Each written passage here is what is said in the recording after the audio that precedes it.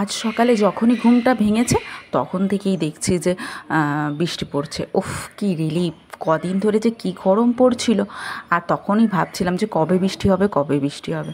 তো আমার তো মনে হচ্ছে যে একটু বৃষ্টিতে ভিজি, সকালে উঠেই মনে হচ্ছে যে একটু বৃষ্টিতে ভিজলে কি আরামটাই না। যাই হোক, বেশিক্ষণ তো আর দাঁড়িয়ে থাকা গেল না। এরপরে রান্নাবান্না কাজ টাজ আছে, অনেক কিছুই আছে। তো আমি চলে এসেছি রান্না করতে। আজকে রান্না করব, আগের দিনই ভেবে রেখেছি। আমি তো স্কুল থাকলে আগের দিনই ভেবে রাখি যে কী রান্না করতে হবে। যদি কাটার থাকে তাহলে কেটে রাখতে হয়, কারণ সকালে উঠে তাড়াহুড়ো করে কাটতে এতটা টাইম লাগে, ওই ভাল লাগে না, তখন তাড়াহুড়ো লাগে। তাই আর কি আজকে ভেবেছি যে বেসন বড়া দিয়ে টক। অনেক দিন ধরে গরম আছে, আজকে তো জানতাম না এরকম সকাল থেকে বৃষ্টি হবে, তো গরম আছে বলে ভেবেছিলাম যে টক করব। একদিন মাছের টকও করব ভাবছিলাম, কিন্তু কুড়েমি করে আর বাজার যাওয়া হয়নি, আর মাছ আনাও হয়নি। তো যাই হোক, যখন হয়নি তখন ভাবলাম আজকে ঘরে সবথেকে সোজা উপায় হচ্ছে বেসন দেবো, বেসনের বড়া করব, বেসনের বড়া করে টক। তার মধ্যে আবার কারেন্ট যাচ্ছে। উফ, কতক্ষণ যে কতবার যে গেল যে কি বলবো। মাঝে মাঝেই কারেন্ট চলে যাচ্ছে, আবার আসছে। যাই হোক, আমার ফোনে আবার চার্জ ছিল না, তো একবার করে চার্জ দিচ্ছি, আবার একবার করে ভিডিও করছি, আর এদিকে রান্নাটাও আছে। সব মিলিয়ে খুব বাজে অবস্থা। তার মধ্যে আবার বড়াটা করতে গিয়ে দেখলাম বড়াটা একটু পুড়েও গেল। এই এত কাণ্ড করতে গিয়ে আর কি। তো যাই হোক, আর কি করা যাবে। তো বেসনটাকে ভালো করে ফাটিয়ে তারপরে বেসনের বড়াটা করে নিচ্ছি। হ্যাঁ, বেসনের মধ্যে একটু কালো জিরে, নুন আর একটু শুকনো লঙ্কার গুঁড়ো দিলে বেশ ভালোই লাগে। তোমরাও দিয়ে দেখো, ভাল লাগবে। এরপর কড়াইতে একটু বেশি করে তেল দিতে হবে। সর্ষের তেল দিলেই ভালো হয়। তো সর্ষের তেল দিয়ে একটু ভালো করে ভেজে নিতে হবে বেসনের বড়াগুলোকে। তারপরে টক করব। তার জন্য আমি তেঁতুলের টকই করব ঠিক করেছি। তাছাড়াও লেবু দিয়েও হয়, আর আমাদের মেদিনীপুরের ওই দিকে আমশি দিয়েও টক হয়। তো আমশিটা করতে এখনও পারিনি, আমি চেষ্টা করব, যদি পারি কোনো দিন তাহলে করব, আর না হলে নিয়ে আসবো ওখান থেকে, দিয়ে তারপর করব। তো লেবুর টকও হয়, তো লেবুর টক বেশ ভালোই লাগে।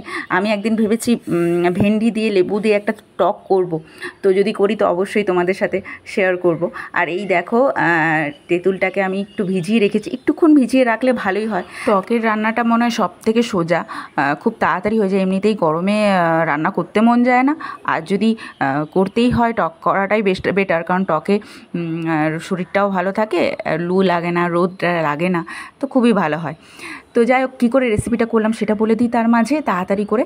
তো প্রথমে একটু তেলে কালো জিরে ফোড়ন দিয়ে, শুকনো লঙ্কা দিয়ে, তার মধ্যে একটু হলুদ আর জিরে গুঁড়ো, যদি আমি জিরেটা একটু বেটে নিয়েছি, তোমরা যদি দিতে চাও দিয়ে দাও, ব্যাস। তারপরে হচ্ছে ওই তেঁতুলের জলটা দিয়ে দিলেই হয়ে গেল, সিম্পল রান্না।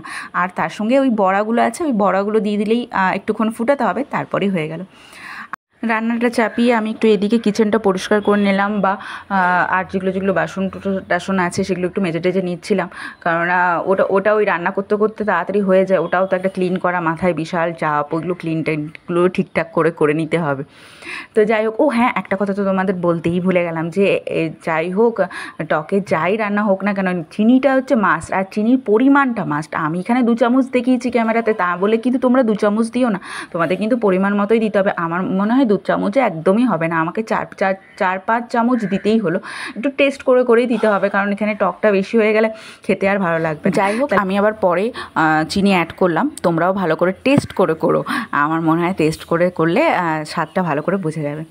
তো যাই হোক, আমার রান্না প্রায় কমপ্লিট। ওই তো বললাম বেশি টাইম লাগে না, টকটা সব থেকে সোজা রান্না, তো বেশি টাইম লাগে না। আমি টেস্টও করে নিয়েছি, খুব সুন্দর হয়েছে। ওই তো একটু প্রবলেম হলো, আমার বড়াগুলো একটু পুড়ে গেছিলো, কী করবো বলো, কাজের মাঝে একটু পুড়েও যায়। এই রান্নায় এইরকম প্রবলেম হতেই থাকে, কিছু করার নেই। এরকম হয়, আমার তো হয়, আমি অত পাকা রাঁধুনি নই, তবে ওই প্রবলেমটাকে সলভ করে নেওয়ার চেষ্টা করি।